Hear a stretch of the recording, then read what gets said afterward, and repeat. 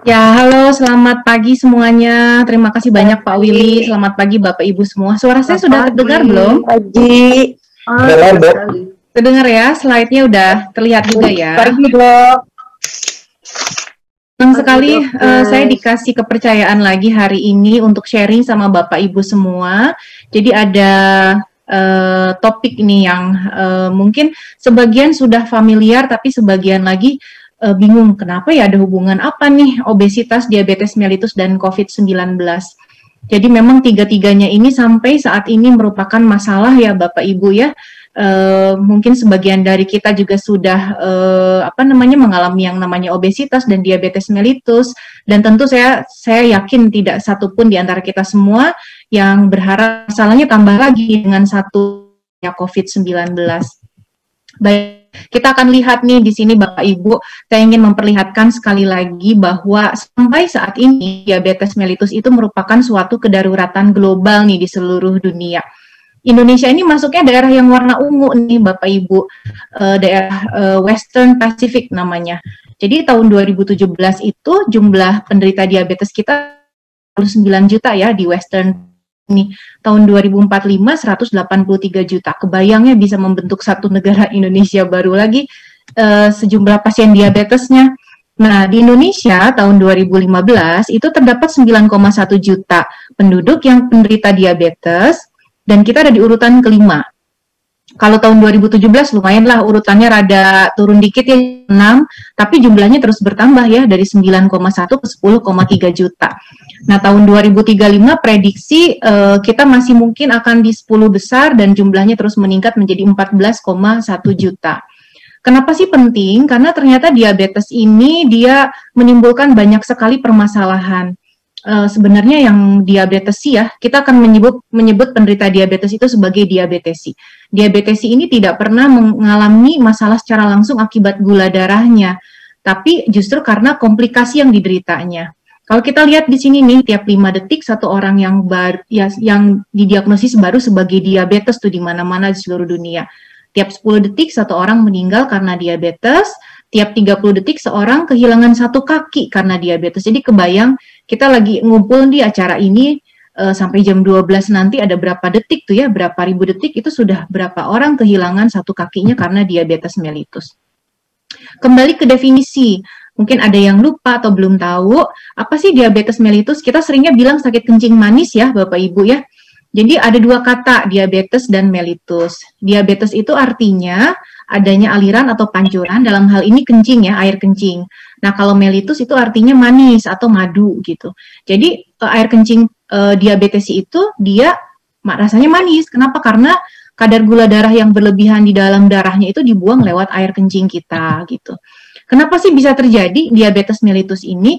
Jadi yang pertama kita harus tahu itu adalah bahwa tubuh kita ini terdiri dari banyak sekali sel-sel tubuh, bermiliar-miliar sel tubuh. Nah, sel-sel kita ini harus makan, makannya dalam bentuk energi. Energinya dari mana sih? Diperolehnya dari gula. Jadi bukan dari lemak, bukan dari protein, tapi dari gula. Sebenarnya sih Bapak Ibu apapun yang kita makan ya, mau asin, mau manis, mau nggak ada rasanya, mau dia bentuknya kacang-kacangan, sayur-sayuran, semuanya itu akan diubah menjadi gula yang merupakan sumber energi untuk sel-sel di tubuh kita. Nah, kemudian di dalam tubuh kita itu ada yang namanya hormon insulin. Apa sih insulin itu? Jadi insulin itu adalah hormon yang dia akan membantu memindahkan gula untuk masuk ke dalam sel. Jadi gula ini kan ada di dalam darah nih, mesti dipindahin ke dalam insulin. Yang ngangkutnya siapa sih? Yang ngangkutnya itu adalah hormon insulin. Kalau insulin nggak ada ya gulanya nggak bisa masuk ke dalam sel, akibatnya si gulanya ini akan numpuk di dalam pembuluh darah. Jadi kalau yang sakit diabetes itu insulinnya gimana? Ada dua kemungkinan. Satu, insulinnya memang sudah tidak ada sama sekali ya, seperti yang terjadi pada diabetes yang tipe 1, atau yang masih ada insulinnya, cuman nggak bisa dipakai dengan baik sama sel-sel badan kita gitu. Itu namanya diabetes yang tipe 2. Nah, kenapa sih jadi diabetes? Ya karena aliran darahnya ada di dalam darah tadi nggak bisa masuk, akibatnya menumpuklah yang namanya gula itu di dalam darah, terdeteksi tinggi, akhirnya disebutlah diabetes mellitus atau sakit kencing manis. Nah, Bapak Ibu, kalau seseorang terkena kencing manis itu bukan cuma darahnya aja yang mendapatkan efek karena gulanya tinggi. Banyak sekali sistem organ dalam tubuh kita yang terpengaruh. Ada 11 sistem dalam tubuh kita yang terpengaruh karena diabetes mellitus. Yang pertama tentu adalah sel betanya. Apa sih sel beta? Jadi pankreas kita itu adalah suatu hormon, suatu kelenjar yang letaknya ada di dekat usus halus kita. Dia mempunyai beberapa macam sel. Yang pertama adalah sel beta. Sel beta inilah yang menghasilkan insulin. Jadi pada diabetes mellitus si sel beta ini jumlahnya berkurang dan juga fungsinya berkurang untuk menghasilkan insulin. Rada males dia Bapak Ibu. Kemudian ada yang namanya sel alfa. Sel alfa ada juga di pankreas. Kebalikan kerjanya sama sel beta. Kalau sel alfa ini dia menghasilkan hormon yang naikin gula, namanya glukagon. Ya, gula, glukosa, glukagon gitu. Jadi kalau pada yang diabetes mellitus si glukagonnya ini justru malah meningkat gitu. Jadi seperti nggak nyambung ya, dalam darah kita tinggi gulanya, tapi si sel alfa ini maunya ngeluarin gula terus. Begitu kalau diabetes. Kemudian ada yang namanya hormon usus GLP-1.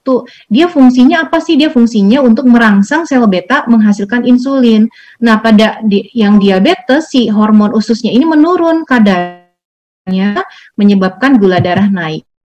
Itu gula sebenarnya dia akan dipakai ya sama berbagai macam organ, yaitu ada organ liver ya yang utamanya, kemudian otot dan jaringan lemak. Nah ternyata kalau pada diabetes mellitus si 3 organ ini, liver, otot, dan jaringan lemak, dia tuh nggak bisa menggunakan gula, sehingga numpuklah si gulanya di dalam darah, akibatnya makin tinggi lah dia. Kemudian otak penderita diabetes mellitus juga memiliki gangguan, yaitu nafsu makannya memang meningkat. Jadi bukan semata dia itu emang doyan makan, enggak, tapi karena ada zat-zat yang dihasilkan di otaknya itu yang menghasilkan nafsu makannya itu lebih tinggi daripada yang tidak punya diabetes. Kemudian usus besarnya juga ada ketidakseimbangan bakteri baik dan bakteri yang jahat yang mengakibatkan sistem imun terganggu, kemudian produksi insulin oleh sel beta di pankreas menjadi berkurang. Selain itu juga terjadi gangguan penyerapan gula di lambung dan usus halus. Jadi si gulanya ini malah ditingkatkan gitu penyerapannya. Akhirnya gula darahnya semakin naik. Dan terakhir adalah ginjal. Nah, ginjal ini kita juga berperan untuk Bapak Ibu ya.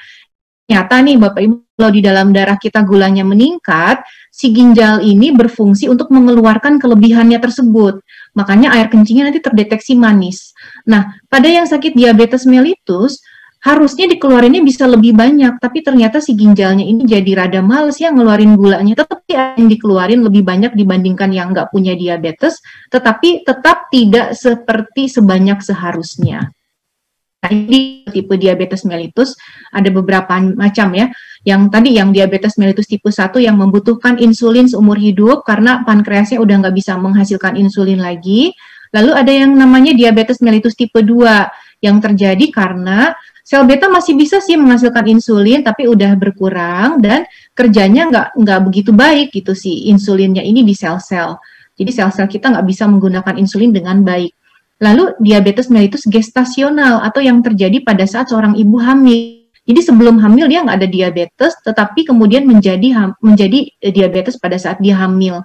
Dan DM tipe lain yang biasanya disebabkan karena penggunaan obat-obatan atau bisa juga karena adanya radang di pankreas yang terjadi berulang-ulang. Ini gejala diabetes mellitus Bapak Ibu. Karena yang namanya gula itu dibutuhkan untuk sumber energi di sel-sel kita, sehingga kalau si gulanya ini nggak bisa masuk ke dalam sel, yang terjadi adalah kelaparan. Kelaparannya bukan cuma lapar, kita ngerasa lapar aja ya, tapi kelaparan di dalam tingkat seluler. Sehingga terjadilah yang namanya lemes, letih, lesu, nggak kepengen ngapa-ngapain. Nah kemudian karena tadi si ginjal ini kan dia fungsinya untuk ngeluarin gula ya lewat air kencing. Gula ini dia nggak keluar tentu sendirian, dia harus ditemenin sama yang namanya air, sehingga dia akan sering kencing, dan karena dia sering kencing dia menjadi sering haus. Kemudian selain itu juga berat badannya menjadi turun, luka bisa sulit sembuh, dan adanya gangguan dalam hubungan suami istri. Nah sekarang ini yang kita takutin nih, komplikasi apa saja sih yang bisa terjadi akibat diabetes mellitus ini?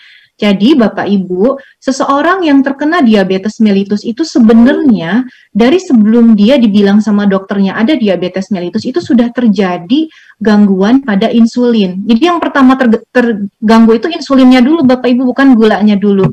Awalnya insulinnya ini kadarnya masih cukup, kemudian masih bisa dipakai oleh sel-sel tubuh kita. Kemudian lama-lama insulinnya ini menjadi tidak bisa dipakai dengan baik dan disitulah kadar gula darahnya makin lama makin naik gitu. Nah seringkali sebelum diabetes tuh kan ada yang namanya prediabetes ya, seringkali di prediabetes ini gula darahnya udah mulai naik sedikit, tetapi karena belum menimbulkan gejala biasanya banyak yang tidak terdeteksi pada fase ini. Pada fase ini, kemungkinan besar untuk mengalami komplikasi itu menjadi lebih sedikit dan relatif lebih mudah untuk diatasi. Nah, yang namanya pembuluh darah juga Bapak Ibu terpengaruh akibat adanya yang namanya insulin yang terganggu kerjanya dan juga kadar gula darah yang semakin tinggi. Ini kita lihat nih pembuluh darah normal itu dia smooth gitu ya, kayak selang air yang masih baru deh, nggak endapan-endapannya. Makin lama seiring dengan meningkatnya kadar gula darah, akhirnya terjadi sumbatan-sumbatan. Lalu akhirnya semakin berat dan bisa menimbulkan berbagai macam komplikasi di pembuluh-pembuluh darah yang besar. Contohnya apa sih pembuluh darah besar itu? Di otak, di jantung, di kaki. Nah, lama-lama muncullah sumbatan di pembuluh darah yang kecil-kecil. Akhirnya timbullah komplikasi yang lain lagi seperti gagal ginjal, kemudian kebutaan, dan gangguan persyarafan. Jadi kalau kita lihat nih, kita bagi menjadi dua. Komplikasi karena diabetes itu terjadi karena adanya sumbatan di pembuluh darah besar atau gangguan di pembuluh darah besar, yaitu di jantung, kaki, dan otak yang menyebabkan stroke, baik itu stroke penyumbatan atau stroke pecah pembuluh darah, kemudian pembuluh darah kecil yang menyebabkan gangguan di syaraf sehingga muncullah gejala kayak kesemutan, baal, kebas, kemudian ke mata bisa menyebabkan kebutaan dan bisa menyebabkan gagal ginjal sehingga harus dilakukan cuci darah secara rutin. Nah, kapan seseorang dibilang diabetes mellitus kalau gitu? Kalau satu ada gejalanya ditambah dengan gula darah sewaktu minimal 200. Atau ada gejala disertai dengan gula puasa. Puasa itu maksudnya puasa dari malam ya Bapak Ibu ya. Sekitar dari jam 10 malam sampai jam 6 pagi atau jam 7 pagi. Itu ternyata gula puasanya minimal 126. Atau kadar gula darahnya setelah tes dengan konsumsi gula khusus, bukan gula biasa ya. Gula khusus biasanya hanya ada di laboratorium. Itu ternyata gulanya menjadi naik sampai ke 200. Itu baru kita bilang diabetes mellitus. Nah sekarang siapa saja sih yang memiliki risiko untuk terkena diabetes mellitus? Jadi Bapak Ibu ada yang namanya faktor risiko yang nggak bisa kita ubah mau gimana-gimana juga. Ini namanya nasib mungkin ya, takdir. Kemudian bisa diubah dan terkait diabetes maksudnya ada penyakit lain gitu. Nah yang kita lihat pertama nih yang tidak bisa diubah ya, destiny mungkin kita bisa bilang ya atau takdir, ras dan etnis. Jadi sayangnya nih kita termasuk ras Asia Tenggara ini ya yang memiliki risiko terkena diabetes mellitus yang lebih tinggi justru dibandingkan dengan orang-orang dari ras Kaukasia. Kemudian kalau kita punya keluarga yang diabetes atau pada saat hamil ternyata ada diabetes, maka kita akan lebih mudah berkembang menjadi diabetes mellitus yang tipe 2 kemudian hari. Kemudian kalau dulunya kita pernah melahirkan bayi lebih dari 4 kilo atau minimal 4 kilo aja, itu Bapak Ibu harus waspada, harus cepat-cepat diperiksa kadar gula darahnya, takutnya ternyata ada diabetes. Atau mungkin kitanya dulu lahir, berat badan kita kurang dari 2,5 kilo. Jadi Bapak Ibu coba tanya waktu dulu lahir ya ke orang tuanya, apakah saya beratnya normal ya masuk ke 2,5 kilo, kalau kurang dari itu kita lebih berisiko untuk terkena diabetes mellitus. Nah kemudian faktor risiko yang bisa diubah, apa sih yang bisa diubah tuh maksudnya? Adalah yang terjadi karena gaya hidup kita yang tidak sehat selama beberapa tahun ke belakang. Contohnya berat badan berlebihan, kemudian tekanan darah tinggi, kadar kolesterolnya yang tidak normal ya. HDL itu kolesterol yang high density lipoprotein atau bisa dibilang kolesterol baik katanya. Dari 35 kadarnya dan atau trigliserida lebih dari 250 lebih dari 150 atau LDL lebih dari 130. Kemudian diet yang tidak seimbang dan aktivitas fisiknya kurang. Lalu terkait diabetes itu maksudnya apa? Jadi maksudnya kalau kita ada beberapa hal ini risiko untuk terkena diabetes. Contohnya polycystic ovarium syndrome.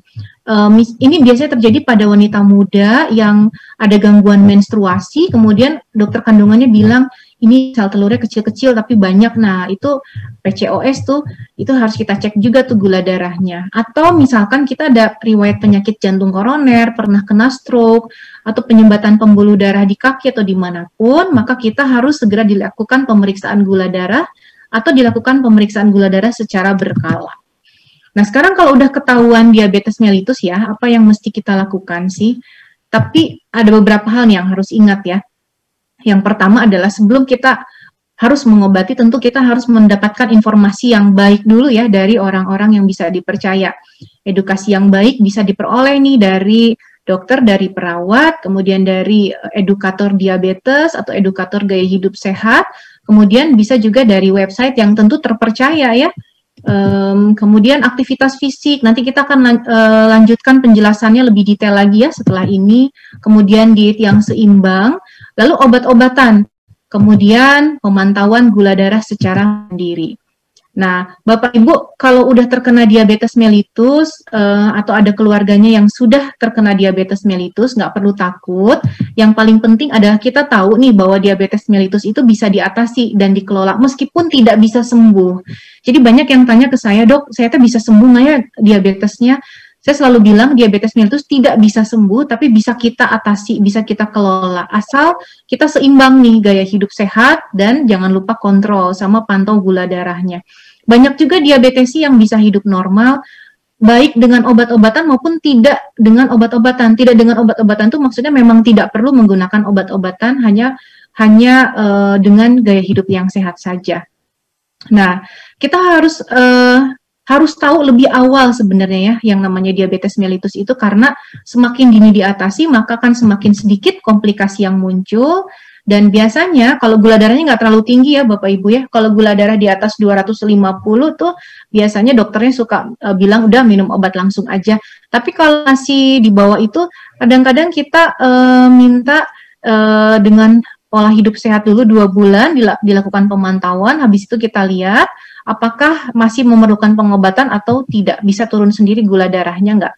Nah, kalau gula darahnya belum mencapai target setelah melakukan pola hidup sehat selama 2 atau maksimal 3 bulan, maka akan diberikan tambahan obat dan tentu jangan lupa harus selalu dipantau ya kadar gula darahnya dan apakah ada komplikasi yang muncul akibat diabetes mellitus ini. Nah, kalau kita mengobati sesuatu, kita mesti punya target, Bapak Ibu. Demikian juga pada diabetes ini.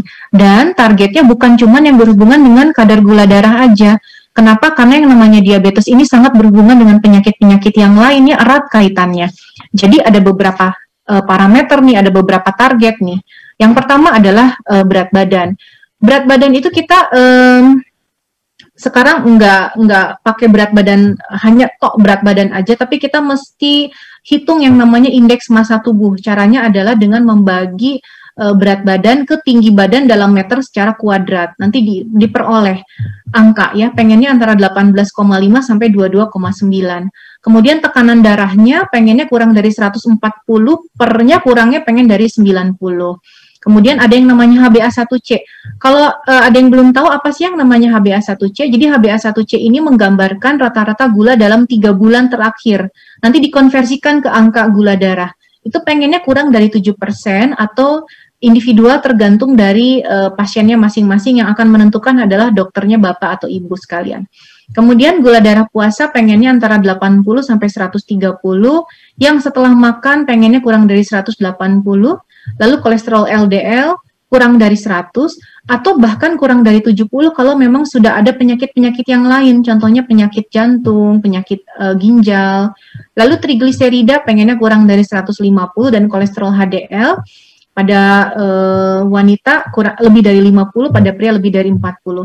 Nah, Bapak Ibu kalau ada yang memiliki diabetes atau yang keluarganya memiliki diabetes, coba dicek nih apakah sudah memenuhi target sasaran kita ini. Kalau belum, coba diskusikan lagi dengan dokternya apakah ada yang harus diperbaiki. Nah, ini yang tadi saya bilang, HbA1c ini ya rata-rata dalam 3 bulan terakhir. Jadi Bapak Ibu, kalau yang namanya diabetes itu kalau lebih dari atau sama dengan 6,4 si HbA1c-nya. Kalau kurang dari 5,7 itu normal. Nah, diantaranya bagaimana? Ini yang tadi saya bilang prediabetes. Gula darahnya udah mulai naik sih, tapi belum mencapai diabetes mellitus. Nah, kenapa sih HbA1c ini mesti kita turunin? Bapak Ibu, karena kalau HbA1c-nya ini persen, yang namanya kejadian serangan jantung 11%. Yang namanya komplikasi pada pembuluh darah kecil, contohnya gagal ginjal ya, kemudian kebutaan bisa turun sampai dengan 37%, terus yang namanya kematian akibat apapun, risiko kematiannya turun 21%. Nah, sekarang kita lihat ya pengobatannya. Nanti kalau diobatin diabetes mellitus, apa aja sih yang harus diukur? Untuk ngatur-ngatur obat gula darahnya, jadi ada yang namanya HbA1c ya. HbA1c ini nanti yang akan menentukan adalah dokternya. Jadi misalkan Ibu Ani gitu, HbA1c-nya dokternya pengennya kurang dari 7, tapi untuk Bapak Anto pengennya kurang dari 8. Itu banyak sekali faktor yang mempengaruhi, tergantung dari usianya, kemudian kepatuhan pasien terhadap pengobatan, harapan terhadap penyakit, dan lain-lain. Nah, ini yang tadi saya sebutin. Ini teman-teman saya nih kenali nih, meet the gang, namanya obesitas, gula darah tinggi, tekanan darah tinggi, dan kolesterol tinggi. Ini menarik sekali ya. Jadi keempat sahabat ini mereka saling terkait satu sama lain. Biasanya kalau satu sudah muncul, yang lain suka kepengen ikut-ikutan muncul, dan sering juga ditemukan sudah ada secara bersamaan pada satu individu. Dan intinya adalah kita ingin mengobati semuanya, bukan cuma gula darahnya saja, karena seringkali kalau satu tidak diobati dengan baik, maka yang lainnya akan lebih sulit untuk kan. Kita lihat lagi tadi ya, diabetes itu kan kedaruratan global. Nih Bapak Ibu ada satu lagi nih yang sekarang lagi gawat darurat. Nah, udah pada tahu dong ya apa? Ya, COVID-19. Jadi COVID-19 ini juga sama dengan diabetes mellitus, suatu gawat daruratan global. Jadi ada dua penyakit yang gawat darurat saat ini di seluruh dunia, diabetes mellitus dan COVID-19. Kita bilangnya dua, yang satu epidemi, yang satu pandemi ya. Nah, COVID-19 ini kasusnya terus meningkat ya. Ini saya baru perbarui datanya tadi malam, 13 Februari, di seluruh dunia itu ada 107 juta kasus terkonfirmasi, luar biasa ya, banyak banget ya. Dan dalam satu hari kemarin, kasus yang baru ada 263.000 dan kematiannya sudah mencapai 2,3 juta lebih ya. Di Indonesia sendiri bagaimana? Di kita juga luar biasa banyaknya ya, yang kasus terkonfirmasi itu ada 1,2 juta kasus. Bayangkan ya Bapak Ibu, penderita diabetes kita ada 9,1 juta, yang COVID ada 1,2 juta gitu. Nah, nanti berapa banyak yang COVID dengan diabetes kita akan lihat ya. Tapi jumlah kematian di kita juga cukup tinggi ya, 32.000 kematian sampai dengan 13 Februari kemarin, dan ini sangat-sangat memprihatinkan. Kita masih belum bisa bilang kasusnya semakin sedikit, enggak, malah pertambahannya masih grafiknya naik terus nih. Nah, ada hal yang menarik nih Bapak Ibu. Jadi dari sejak COVID-19 ini muncul tahun kemarin ya, bulan Desember di Cina, di Wuhan, itu sampai dengan sekarang peneliti terus pengen lihat ini sebenarnya yang lebih mudah terkena COVID-19 itu individu-individu yang mana saja sih. Nah, kemudian mereka lakukanlah penelitian. Di Amerika Serikat, kalau kita lihat di sini, pasien dengan COVID-19 itu banyak yang menderita diabetes mellitus atau kencing manis ya, penyakit paru-paru kronis, penyakit jantung koroner, dan penyakit-penyakit lain ya. Dan kita lihat nih di sini grafiknya itu banyak sekali ya yang memiliki diabetes mellitus itu 10,1% dari pasien-pasien yang mengalami COVID-19 itu memiliki diabetes mellitus. Sama di Cina juga begitu, kasus-kasus COVID-19 itu yang memiliki penyakit kardiovaskuler atau penyakit jantung koroner, kemudian penyakit diabetes mellitus, itu jumlah kematiannya jauh lebih banyak dibandingkan dengan pasien-pasien lain yang tidak memiliki dua penyakit ini. Nah, di Indonesia sendiri bagaimana? Di Indonesia terus terang sampai hari ini masih belum ada data resminya, tetapi tingkat kematian akibat COVID di kita relatif paling tinggi ya, bisa dibilang ya, di Asia Tenggara ini 9,1% tingkat kematiannya. Ini sebenarnya belum di updating lagi nih. Kalau nggak salah sekarang itu sekitar 6-7% ya kalau nggak salah ya. Nah, kalau di breakdown lagi, dilihat lagi, dari orang-orang yang meninggal karena COVID-19 ini ternyata banyak mengenai yang usianya antara 65 sampai 84 tahun, kemudian yang memiliki komorbid. Komorbid itu apa sih? Komorbid itu adalah penyakit penyerta. Maksudnya adalah sebelum dia memiliki COVID-19, dia udah punya penyakit apa? Nah, itu namanya penyakit komorbid gitu. Nah, di Bandung sendiri kita lagi mengadakan penelitian, rilis datanya Februari ini, tapi udah mulai kelihatan sebetulnya penyakit COVID-19 ini yang diabetes itu sama banyaknya dengan COVID-19 yang tidak punya diabetes atau yang berat badannya berlebihan, tetapi angka kematiannya jauh lebih tinggi pada yang memiliki diabetes dan yang memiliki berat badan berlebih dibandingkan dengan yang tidak punya diabetes atau yang berat badannya normal-normal aja. Atau kalaupun tidak mengalami kematian, itu seringkali perawatannya menjadi lebih lama dan juga komplikasi yang timbul akibat COVID-19 itu menjadi lebih banyak dibandingkan dengan yang nggak punya diabetes, yang nggak punya berat badan berlebih. Nah, kita lihat nih kenapa yuk di sini. Jadi Bapak Ibu, saya terangkan sedikit aja mengenai si virus ini ya. Jadi virus yang kayak duren ini nih, sorry saya bilang duren, habis banyak duri-durinya ya. Ini ada protein yang warnanya merah nih, kita bilangnya protein spike ya. Jadi si virus ini, dia tuh jalur masuknya melalui hidung, mulut, dan mata. Itu makanya Bapak Ibu kenapa kalau lihat perawat dokter di rumah sakit selain nutupin mulut, hidung juga pakai kacamata khusus ya, karena bisa masuk tuh lewat mata juga gitu. Nah nanti si virus ini, protein yang spike-nya ini, protein durinya ini, dia akan berikatan dengan protein namanya AC2. Protein ini ada di badan kita nih Bapak Ibu. Dan sayangnya jumlah protein ini meningkat pada pasien yang punya diabetes mellitus dan pada pasien yang berat badannya berlebihan. Si AC2-nya ini lebih banyak, makanya tempat nempel si virusnya ini lebih banyak gitu. Nah, di mana sih letaknya si protein AC2 ini? Hampir di seluruh tubuh. Kalau kita lihat ya, ini yang warna hijau ini yang tempatnya AC2 ada di otak, ada di mata, ada di jantung, ada di paru, ada di usus. Inilah makanya yang pasien sakit COVID-19 itu gejalanya macam-macam.